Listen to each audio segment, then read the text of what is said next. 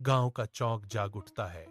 सुबह के सूरज की कोमल सुनहरी चुंबन में नहाया हुआ रमेश चाचा अपनी पारंपरिक धोती कुर्ता में एक नया मोबाइल फोन पकड़े हुए हैं।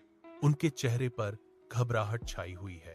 आश्चर्य से भरी उसकी आंखें उस उपकरण को ध्यान से देख रही हैं। उसके हाथ में अज्ञात संभावनाओं की दुनिया है।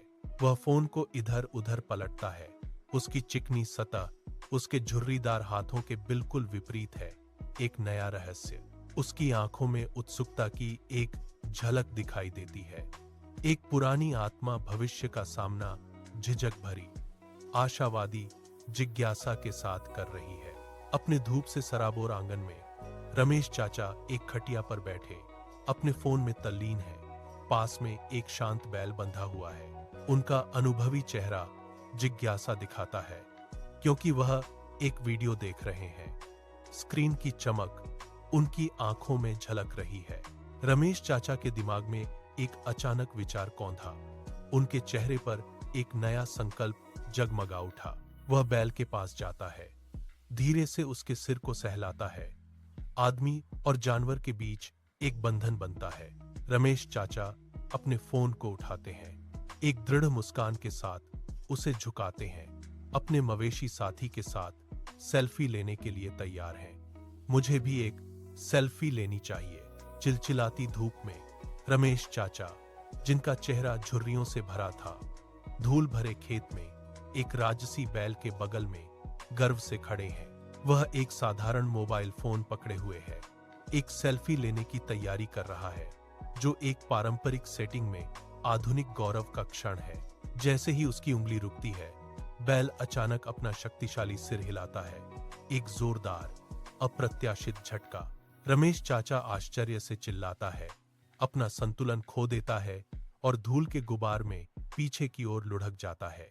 फोन उसके हाथ से उड़ जाता है, हवा में एक चाप बनाता है और फिर सूखी घास के ढेर में एक हल्की सी आवाज के साथ गिर जाता है। बच्चों की हंसी गांव के मैदान में गूंज रही है। एक खुशनुमा आवाज जो रमेश अंकल की शर्मिंदगी को चीर देती है। उसकी शुरुआती शर्मिंदगी एक सच्ची मुस्कान में बदल जाती है और वह बच्चों की संक्रामक हंसी में शामिल हो जाता है। रमेश अंकल उठते हैं।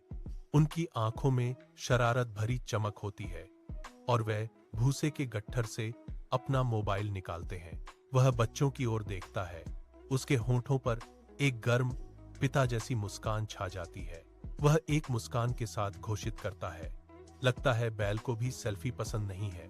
गांव का चौराहा शाम की चहल पहल से गुलजार है, जहां गांव वाले इकट्ठा हो रहे हैं। उनके चेहरे उम्मीद से जगमगा रहे हैं।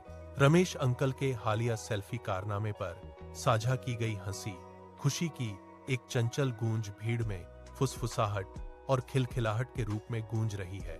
रमेश अंकल मुस्कुराते हुए, अपने हाव भाव को सजीव रखते हुए, अपनी हंसी को संक्रामक बनाते हुए ग्रामीणों को अपनी कहानी सुनाते हैं। सामूहिक आनंद की एक लहर चौक पर छा जाती है, जो सभी को हंसमुख, दिल को छू लेने वाली दोस्ती के एक पल में एकजुट करती है।